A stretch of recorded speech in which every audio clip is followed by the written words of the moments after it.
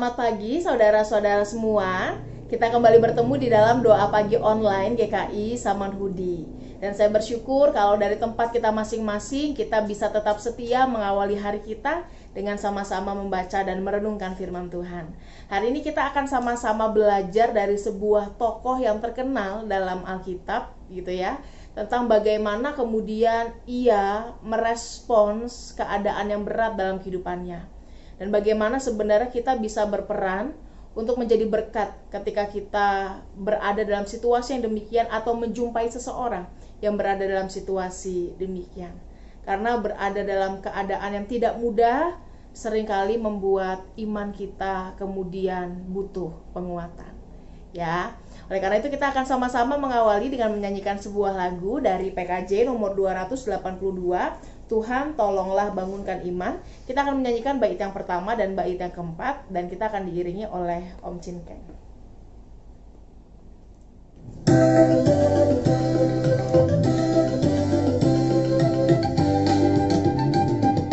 Tuhan tolonglah bangunkan iman, pulihkanlah kasih yang rapuh.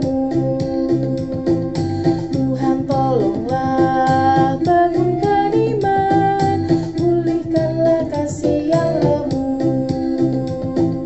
Ubahlah hatiku, jamahlah diriku, biar di tanganmu berbantu. Tuhan tolonglah bangunkan iman, pulihkanlah kasih yang remuk. Urapi Tuhan bibir mulutku, jadi saksi kebaikan-Mu. Urapi Tuhan bibir mulutku, jadi saksi kebaikan-Mu. Pakailah diriku, berkati budiku, untuk melukiskan kasih-Mu. Urapi Tuhan bibir mulutku, jadi saksi kebaikan-Mu.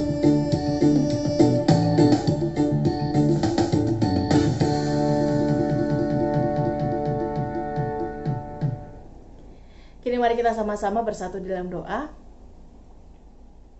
Ya Tuhan, kami mengucap syukur untuk anugerah kehidupan yang kembali Tuhan karuniakan untuk kami jalani. Di dalam segala keterbatasan dan kelebihan yang kami miliki, dalam suka duka kehidupan yang kami rasakan ketika menjalani hari-hari yang ada, kami meyakini sebuah janji bahwa Tuhan begitu baik dalam kehidupan kami. Oleh karena itu, biarlah itu boleh menolong kami semua untuk bisa melihat bagaimana Tuhan bekerja dalam kehidupan kami. Dan saat ini kami menundukkan hati, merendahkan hati untuk sama-sama belajar dari firman-Mu, belajar dari tokoh iman yang membuat kami bisa melihat bahwa dalam keterbatasan yang ada, kami bisa juga memilih untuk memuliakan Tuhan. Oleh karena itu, berkati waktu pembacaan dan perenungan firman Tuhan pada saat ini. Biarlah Tuhan menyapa kami pribadi lepas pribadi, dan firman yang sama juga boleh meneguhkan dan membuat kami semakin berhikmat di dalam menata langkah-langkah kami ke depan. Di dalam nama Tuhan Yesus kami berdoa dan mengucap syukur. Amin. Saudara-saudara, mari kita buka satu bagian Alkitab yang terambil dari Ayub. Ya, kita akan belajar bersama dari tokoh Ayub. Ayub pasal 16, saudara. Kita akan membaca ayat yang pertama hingga ayat yang ke-6 ya. Ayub pasal 16, kita akan baca ayat yang pertama sampai ayat yang ke-6. Saya akan bacakan untuk kita semua ya. Ayub 16 ayat 1 sampai 6. Ayub mengeluh tentang perlakuan Allah. Tetapi Ayub menjawab, hal seperti itu telah acap kali kudengar. Penghibur sialan kamu semua. Belum habiskah omong kosong itu? Apa yang merangsang engkau untuk menyanggah? Aku pun dapat berbicara seperti kamu sekiranya kamu pada tempatku. Aku akan menggubah kata-kata indah terhadap kamu dan menggeleng-gelengkan kepala atas kamu. Aku akan menguatkan hatimu dengan mulut dan tidak menahan bibirku mengatakan belas kasihan. Tetapi bila aku berbicara, penderitaanku tidak menjadi ringan. Dan bila aku berdiam diri, apakah yang hilang daripadaku? Demikianlah firman Tuhan. Saudara-saudara, di sini siapa yang pernah mendengar orang curhat? Ada?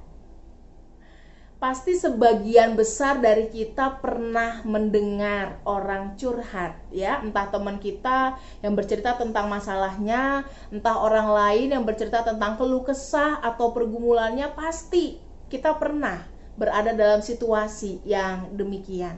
Dan ketika kita menjadi pendengar, maka biasanya kita akan menghadapi sebuah tantangan besar, saudara, yaitu adalah menahan mulut kita untuk tidak berkomentar. Seolah-olah kita paling tahu, paling paham, paling ngerti situasinya, begitu ya. Seolah-olah orang yang datang bercerita kepada kita itu lagi minta nasihat. Padahal ketika seseorang bercerita tentang keluh kesahnya, bisa jadi ia hanya ingin meluapkan apa yang ada di dalam hatinya, apa yang menjadi keluh kesahnya, dan tidak melulu membutuhkan nasihat. Ketika orang membutuhkan nasihat, saudara, maka yang pertama harus kita lakukan adalah bukan memberikan mentah-mentah nasihat itu, tetapi menolong agar orang itu menemukan jalannya, gitu ya. Sehingga sebenarnya menahan mulut kita untuk tidak berkomentar itu menjadi sebuah tantangan. Belum lagi kalau menjadi pendengar yang tidak bijak, saudara, kadang-kadang kita bisa balik cerita. Misalnya orang cerita tentang masalahnya, begitu ya, maka tentang beratnya kehidupan, kita akan bilang hidup saya lebih berat dari kamu. Kamu gak makan sehari, saya udah gak makan 3 hari. Ya, hidup saya lebih berat, kamu mah cuma begitu aja, dan seterusnya.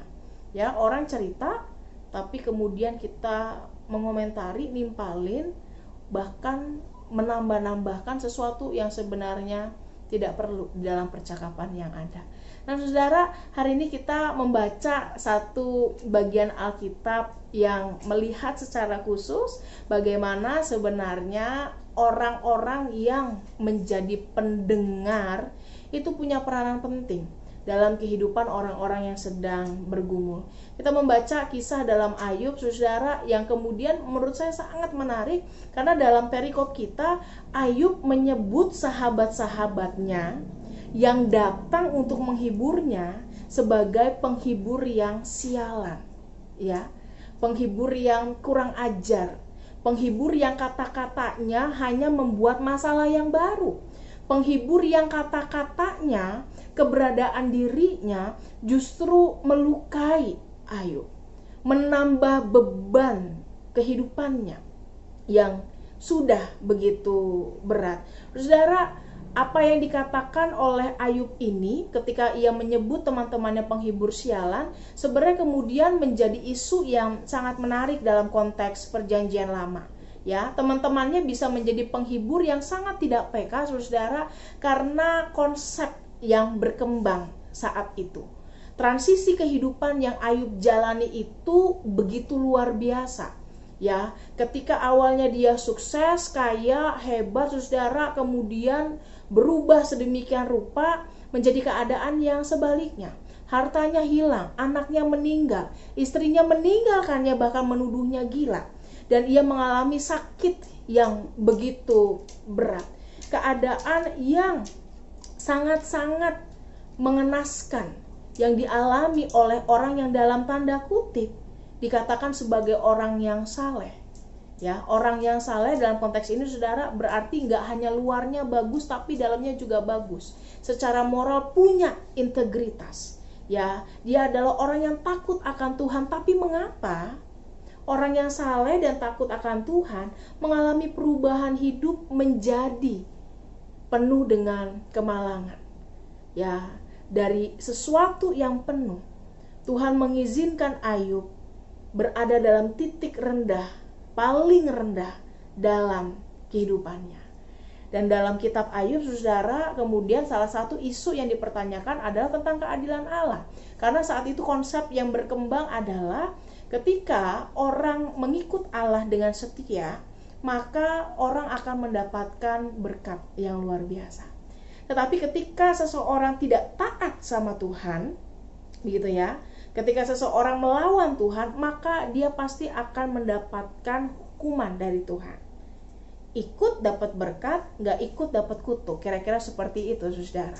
Konsep ini kemudian berkembang dalam perjanjian lama karena konteksnya adalah orang-orang saat itu tidak mengenal Allah yang hidup.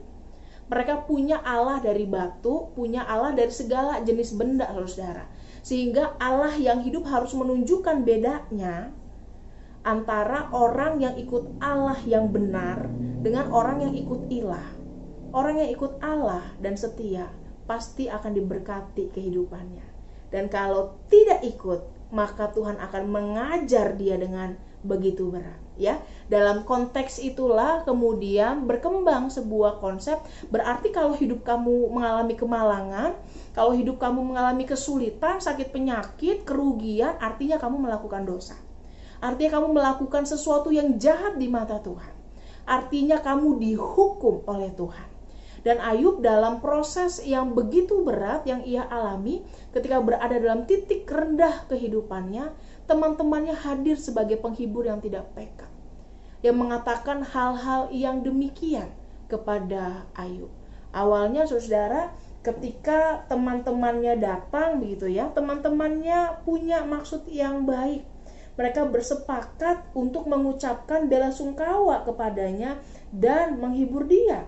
Ya, karena ketika mereka mendengar kabar tentang segala malapetaka yang menimpa dia, maka sedihlah hati mereka.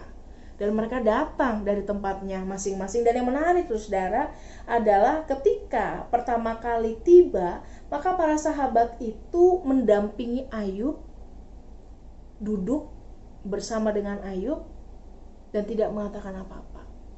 Karena mereka tahu betapa berat yang Ayub alami. Saudara, kadang-kadang tidak mengatakan apa-apa, gitu ya. Kadang-kadang ketika kita hadir dalam diam, itu menjadi penghiburan terbesar kepada orang-orang yang sedang bergumul. Orang-orang yang bergumul, saudara, memang ada masa di mana mereka membutuhkan bantuan, gitu ya. Tetapi bukan berarti mereka tidak mengerti. Bukan berarti mereka tidak paham. Tetapi orang yang mengalami pergumulan terkadang butuh waktu untuk mencerna semuanya. Sehingga kalau ada begitu banyak kata-kata yang masuk, saudara, apalagi yang menyalahkan, itu hanya akan menambah beban dirinya. Ya, sehingga dalam konteks ini ketika teman-teman Ayub pada pertama kali mereka datang, saudara, dan diam, ini menjadi penghiburan yang luar biasa bagi Ayub.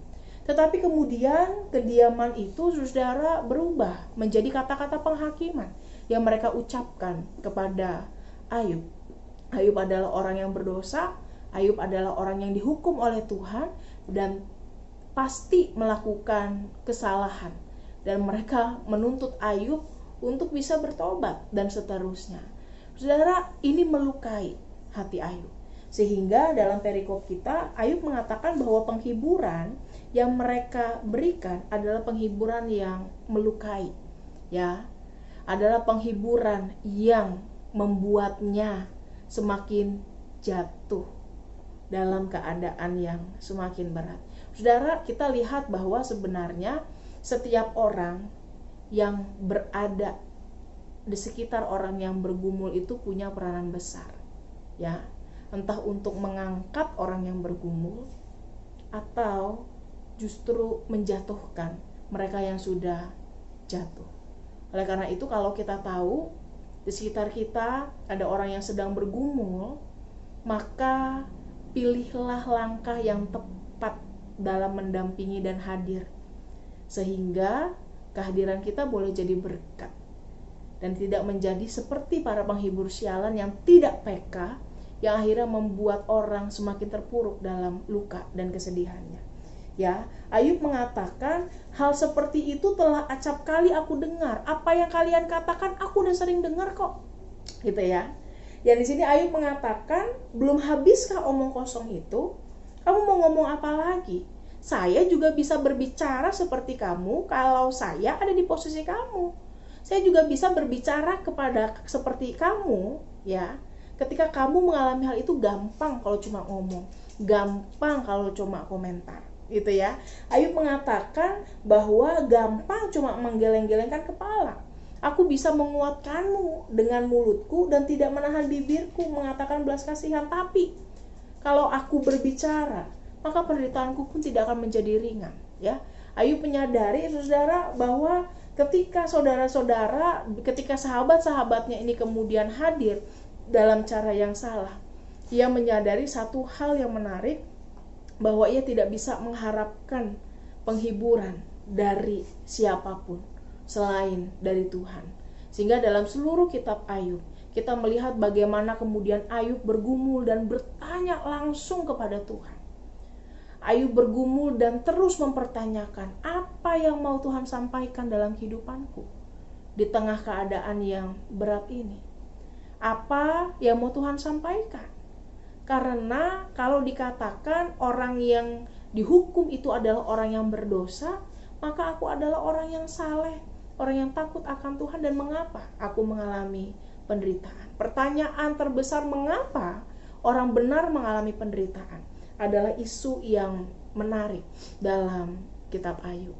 Sampai akhir, saudara, kita nggak akan menemukan secara eksplisit begitu ya, kenapa kemudian Tuhan dengan memberikan izin agar Ayub juga dipercayakan proses ini.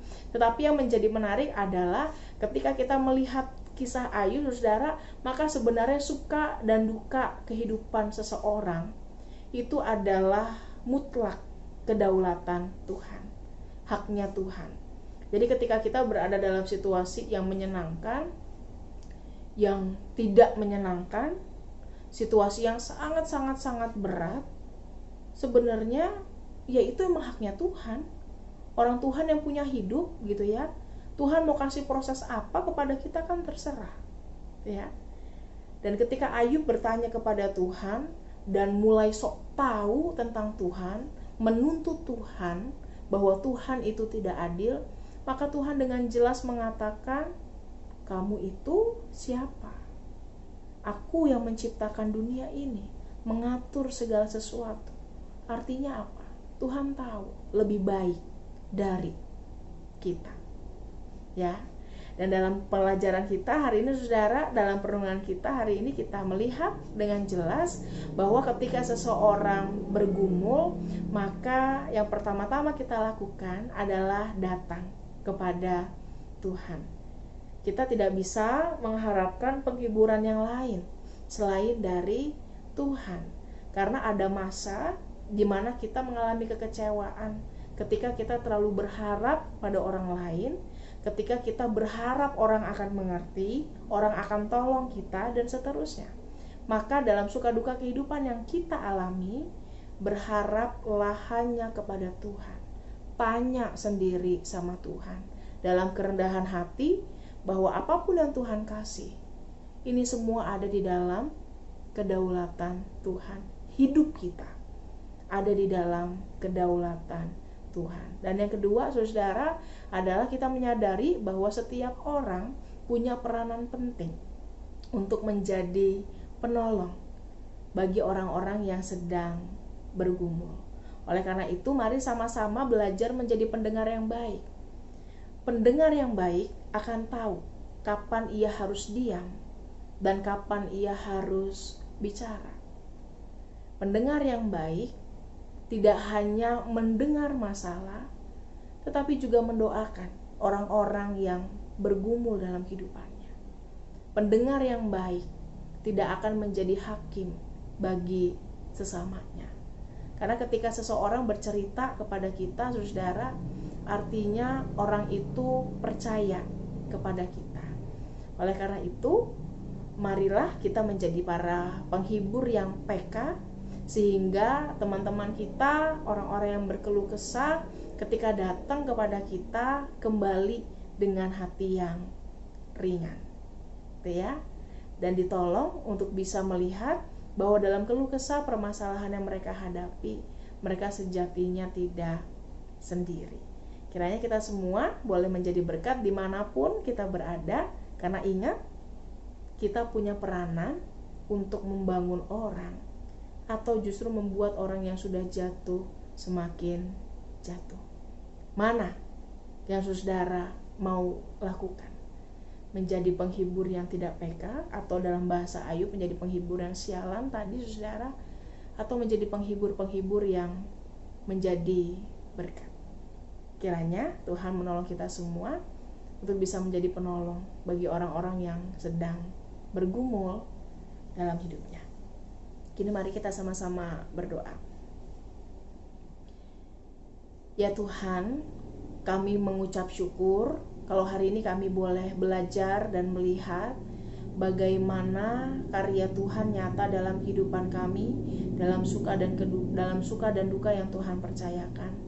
Kami mau belajar untuk mengimani bahwa apapun yang kami alami dalam kehidupan kami ada di dalam kedaulatan Tuhan, ada dalam rancangan damai sejahtera Tuhan.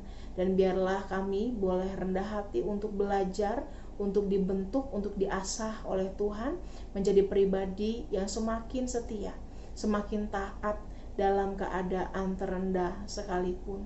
Oleh karena itu kuatkan dan teguhkanlah kami, berikan kami hikmat untuk bisa melangkah bersama dengan Tuhan, menjalani berbagai proses yang ada. Dan saat yang bersamaan, tolong kami juga untuk melihat betapa pentingnya peranan kami untuk hadir bagi teman-teman kami yang sedang bergumul.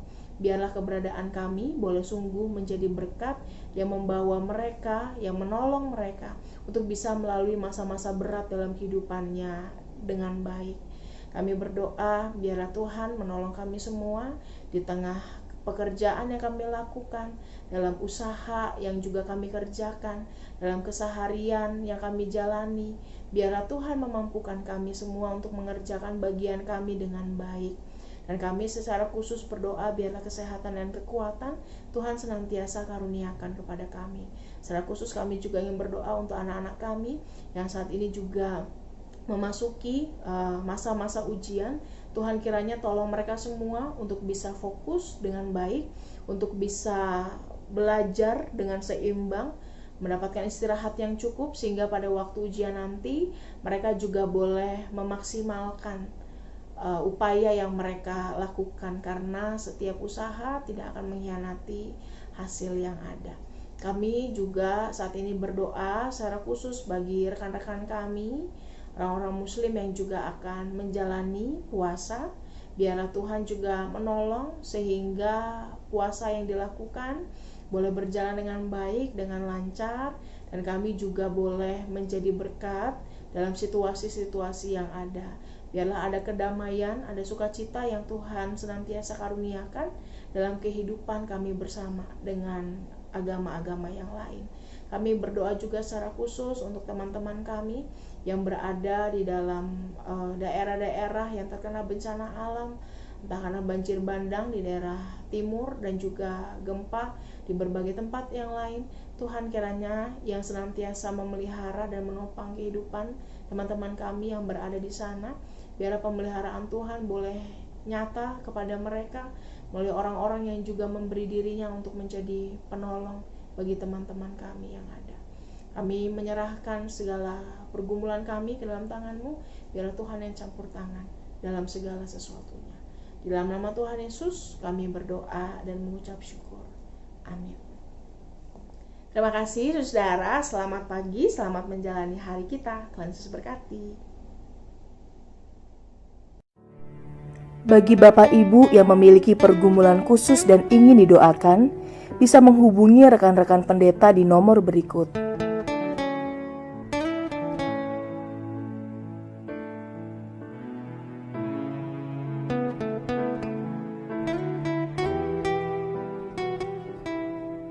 Tuhan Yesus memberkati.